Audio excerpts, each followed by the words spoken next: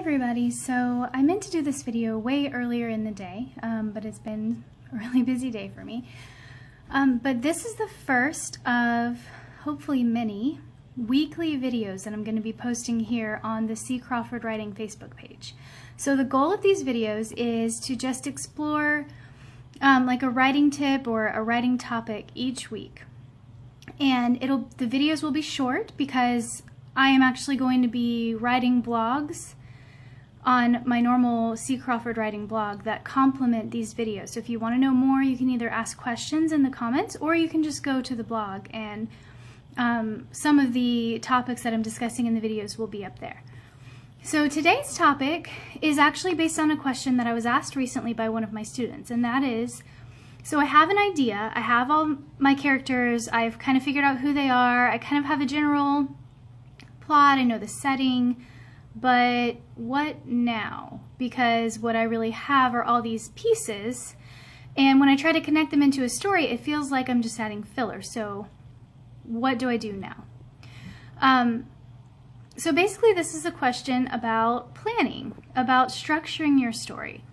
So I'm just going to give a few suggestions. So if you're in a similar situation, or if this question relates to you, maybe these will help you. So the first suggestion I would say is that you could take advantage of some of the story structure frameworks that are, have been researched and are available to sort of help you figure out where all these individual pieces of your story might fit together. So maybe you have like this really cool idea for a scene, but you don't know where it should go in your story. Or maybe you have a character and you kind of have some ideas for scenes that you want the character to have at some point in the story, but you don't know where they go, you don't know how to lead up to them, you don't know what goes in between. If you study story structure, this can help because it kind of explains the natural build of conflict in a story. And it really comes down to knowing your character's goal. So that's what I'm going to say is probably the first step. Ask yourself, my protagonist, what is her or his goal?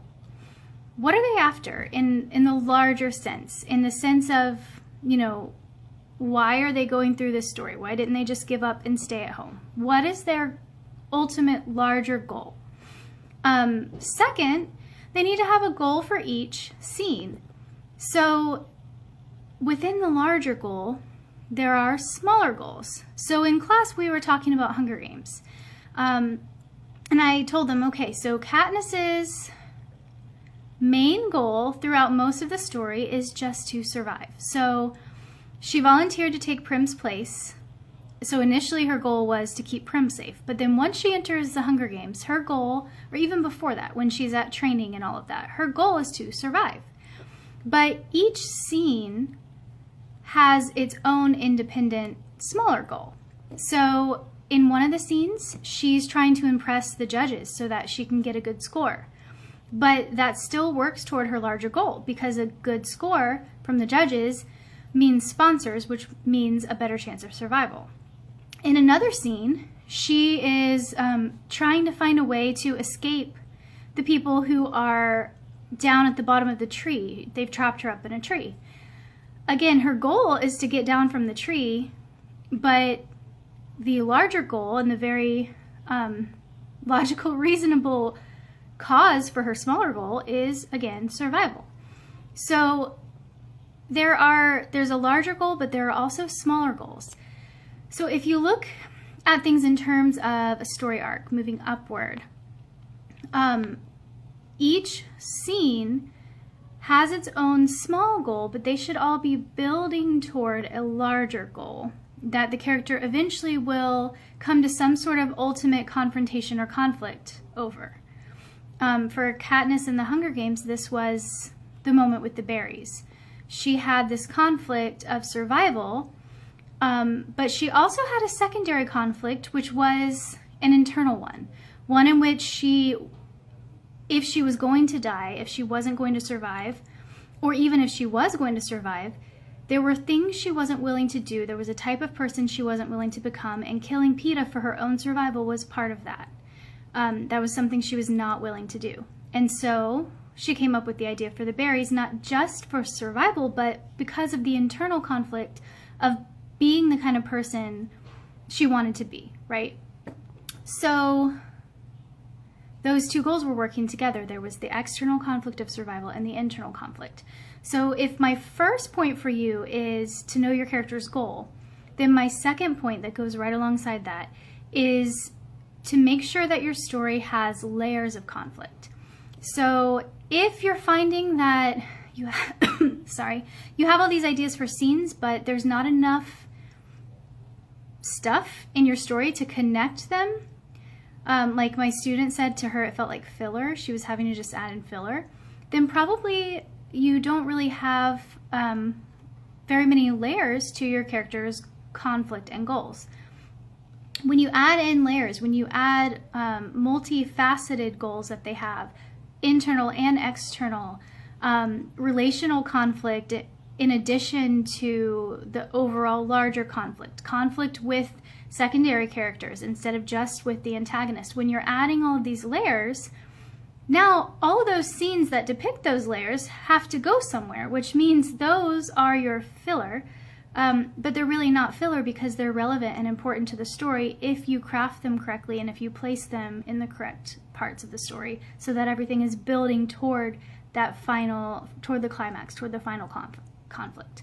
The other thing that I would suggest is that you think about theme. So what is the message of your story? What is your overall kind of underlying idea that you're really trying to express with the story? Because a lot of times if you have a clear vision of that, that will spur ideas for additional layers, additional conflict, additional interactions with characters, things that express and support that theme. And then those all become scenes and those fit in.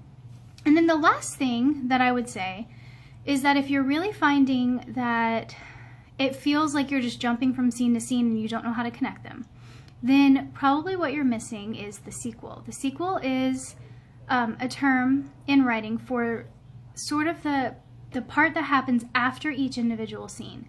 So the character does something in the scene, there's a conflict, they have a fight.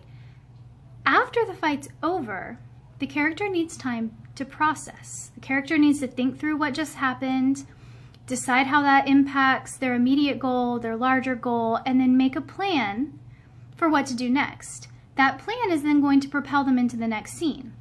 But the sequel is the part that connects the previous scene to the scene that's going to come after.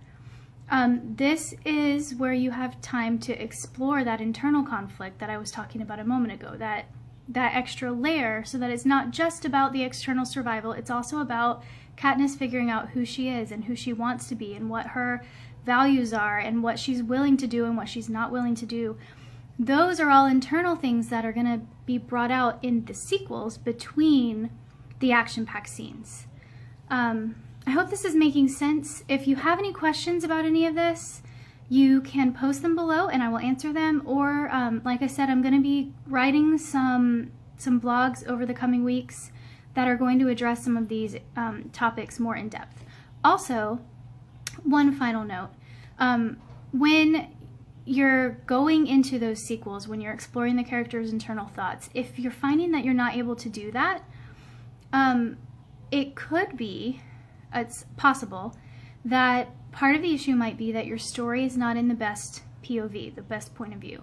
I'm not going to say correct point of view because point of view is a choice, an author's personal choice, but sometimes some points of view don't give you the best advantages in terms of exploring characters' thoughts, whether just the protagonist or other characters. Sometimes you can be limited by the point of view you've chosen. So if you're having a really hard time writing those sequels and it's just not fitting, it's not feeling natural to the story, maybe consider trying to write one in an alternative point of view and see if that works better.